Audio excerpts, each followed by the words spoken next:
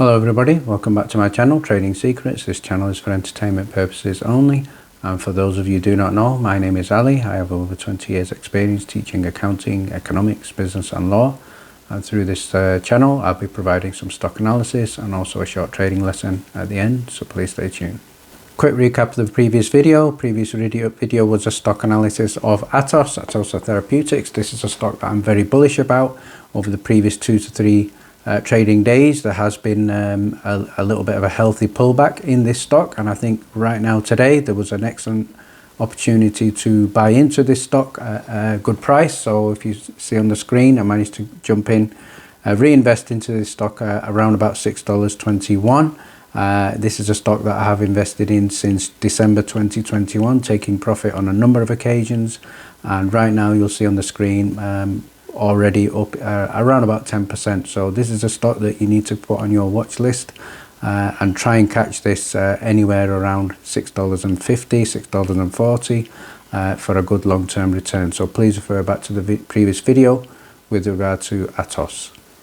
Before we start today's stock analysis on MMAT, previously TORCH, TRCH, quick update on Patreon. There should be details shared in tomorrow's video, hopefully, fingers crossed, as well as the Discord, so please stay tuned for that. Let's start today's stock analysis. First of all, I'd like to share with you an update in terms of what's happening with the stock, META. I can see, first of all, today, small signs of green shoots of recovery. However, again, I'm not too sure if this is going to continue. We're going to look at some of the factors that are affecting this stock. Why has it gone down significantly? That was a key question I addressed in the previous video, and I have some big questions that I want to ask in this video. So let's start by having an update in terms of what's happened from a news point of view. So we can see on the screen here, the company's released a statement here with regard to an update for shareholders on exchange process and timing. So let's have a look at what this means for us as shareholders.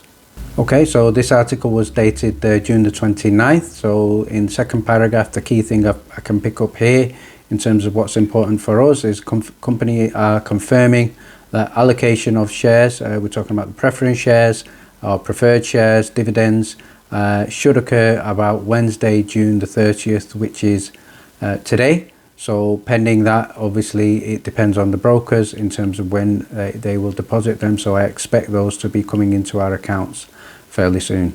Continuing with this letter, we can also see here the other update that they've given us is they've been informing us that the required reconciliation and share transfer cannot be completed on or about Friday, July the 2nd, 2021 due to administrative procedures. So what we're basically saying there is the merger is not fully 100% complete. So that's the other key important thing to be aware of. Before asking some of the serious questions, the first thing I'd like to do is start off by looking at some positive news. We are all investors in TORCH, all investors in TORCH, previously TORCH, and now META, ticker symbol MMAT. Many of us have currently experienced significant losses. Some of us have experienced losses in terms of loss of profit. On a positive note, today we can see that there was a little bit of a recovery in the share price, but let's look at a post here from TRCH. And what is the summary of this is, number one, 70% of all buying and selling on the stock market is done by machines using logic algorithms with lots of factors they look at, such as switch position, buy, sell, hold. So in terms of the stock, MMAT, we have already seen in the letter that confirming that the merger is not complete. So that is expected to take place Friday. So point number 3 is basically saying because the merger is not complete, the machines are going to value MMAT as a low cap oil stock. So basically what that basically means, it's going to have more volatility and it's going to have more momentum generally downwards, and it's going to be regarded more as a high risk penny stock. So the moment the merger completes, in terms of when that happens, it could be moved up to a mid-cap technology stock with a range between $7 and above. So that's the bit of a positive angle on what's happening so far.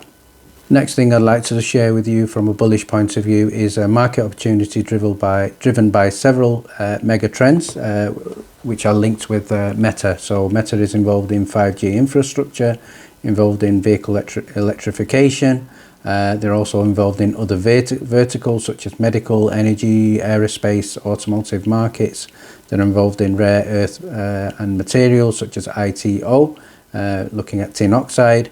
In terms of the market, this market metamaterial device market is expected to grow to $10.7 billion by 2030, and we can see on the chart there, which is a forecast, saying that the growth is going to be exponential from now all the way up to 2030.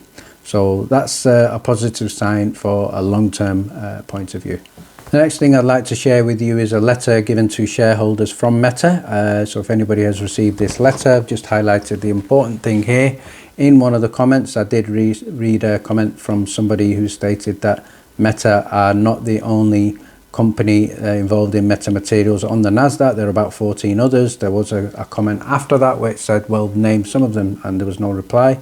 So in this letter, what I can confirm is the company have said they are now the first NASDAQ listed metamaterials company, joining the world's premier exchange for technology companies. So the company have confirm that.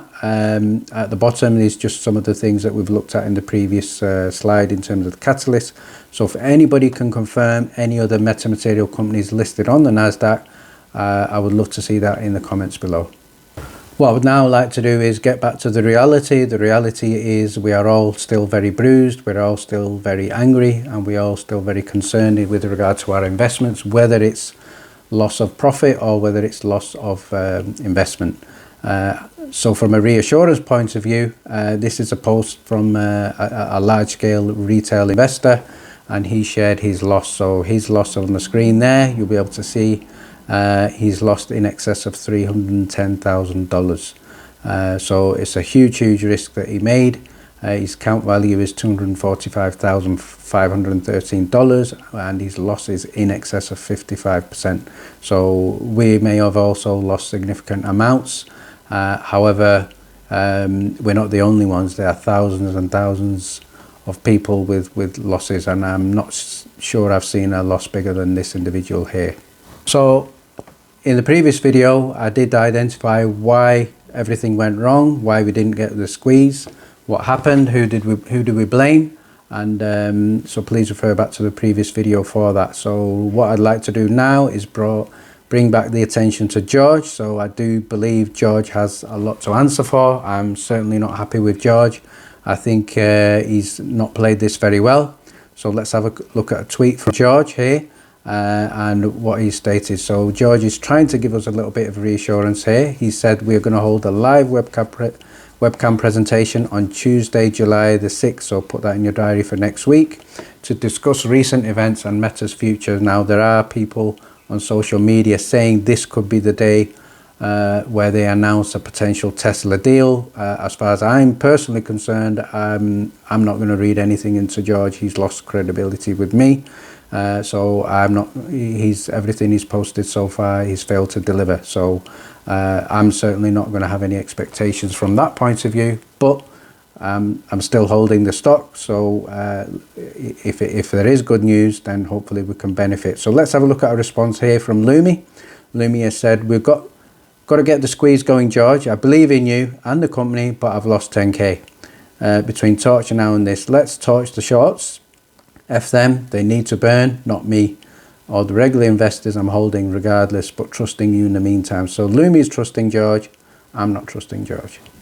Second part of the tweet. So he's also said we will be sharing information on official PR, public relations, to help further discuss the process, all of which was described in the proxy circular.